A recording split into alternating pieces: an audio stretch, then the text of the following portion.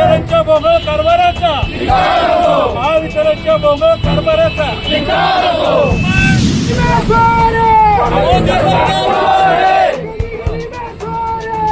सरकार चोर है, अरे गली गली में चोर है, सरकार चोर है, गली गली में चोर है, सरकार चोर है, अरे या फसवणी सरकार से करायचं काय, फसवणी सरकार से करायचं काय,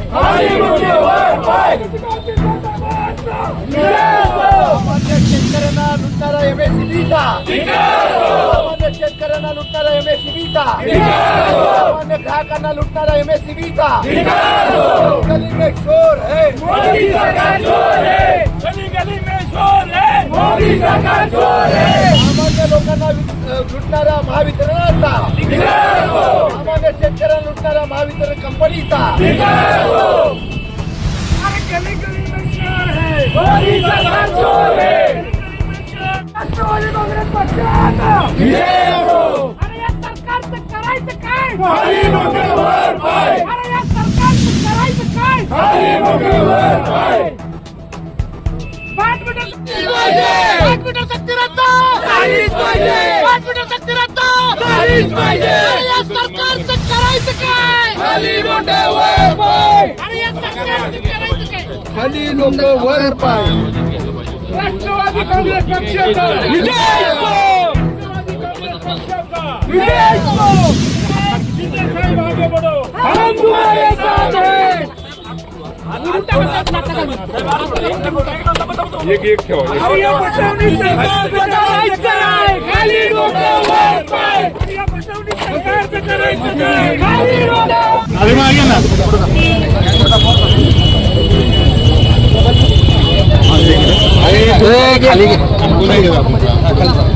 साहेब, आज स्मार्ट मीटरच्या विरोधात तुम्ही आंदोलन करताय, तुमचा काय विषय आहे?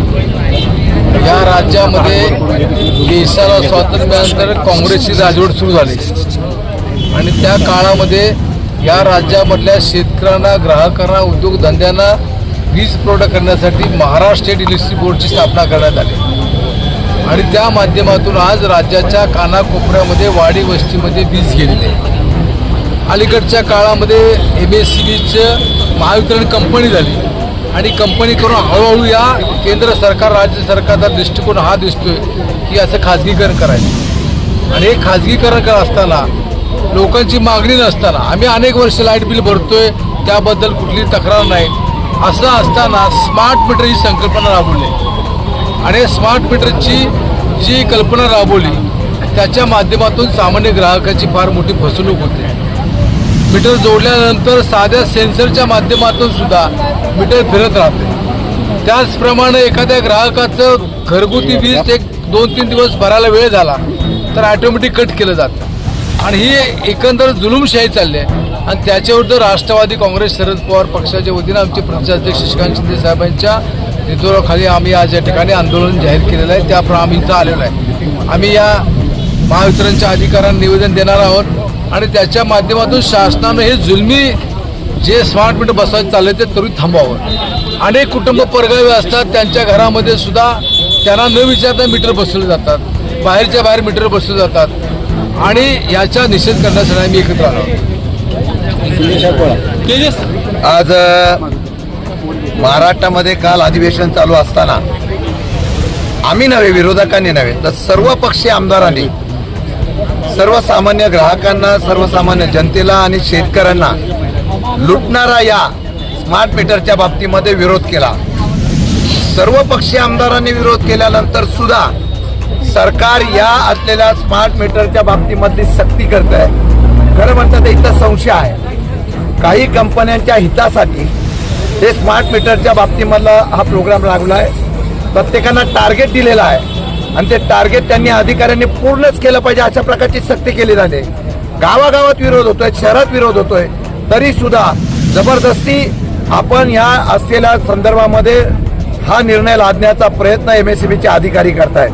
त्यांना विचारलं ते सांगतात आम्हाला वरून आदेश आहे, आम्हाला काही करून करायला लागेल. लोकांच्या मनामध्ये जी शंका आहे ते दूर करण्याचा प्रयत्न सरकार करायला अपयशी ठरलेला आहे. आजही मगाशी आमचे अध्यक्ष म्हणाले त्याप्रमाणे या मीटर रिडिंगमध्ये 1.25 बिलं या ठिकाणी येत आहेत आणि त्यांचं म्हणणं आहे तुम्ही पहिली भरा, नंतर आम्ही मीटर रिडिंग करू. माझं म्हणणं आहे की हा लुटारू सरकार आहे. वेगवेगळ्या पद्धतीने सरकार या असलेल्या जनतेच्या, सामान्य जनतेच्या खिशातून पैसे काढतंय. आज पैसा नसेल तर मीटर 2-3 महिन्यांनी आम्ही बिल भरू शकत होतो. आता जर तुम्ही मीटर पैसे बिल भरलं नाही की लगेच बंद होत आहे आणि रिडिंग कायम चालू राहत आहे. ज्यांना 3,000 बिल येत होतं ते आता मी बिल 15,000 20,000 जायला लागलेलं आहे. प्रचंड लोकांचा विरोध आहे. गावागावामध्ये विरोध होतोय. अधिकाऱ्यांना विरोध करतायत, तरी सुद्धा सरकार हे लादण्याचा प्रयत्न करत आहे. राष्ट्रवादी शरद पवार पक्षाच्या वतीने आम्ही हा सुरुवात केलेली आहे आणि ह्या जनतेचा आवाज हा उठवण्याचा आम्ही प्रयत्न करू. या जिल्ह्यामध्ये जबरदस्ती स्मार्ट मीटर लावण्याचा प्रयत्न केला तर अधिकाऱ्यांना सुद्धा त्यांची जागा दाखवा हा इशारा देण्यासाठी आम्ही इथं आलेलो आहोत. शशिकांत शिंदे साहेब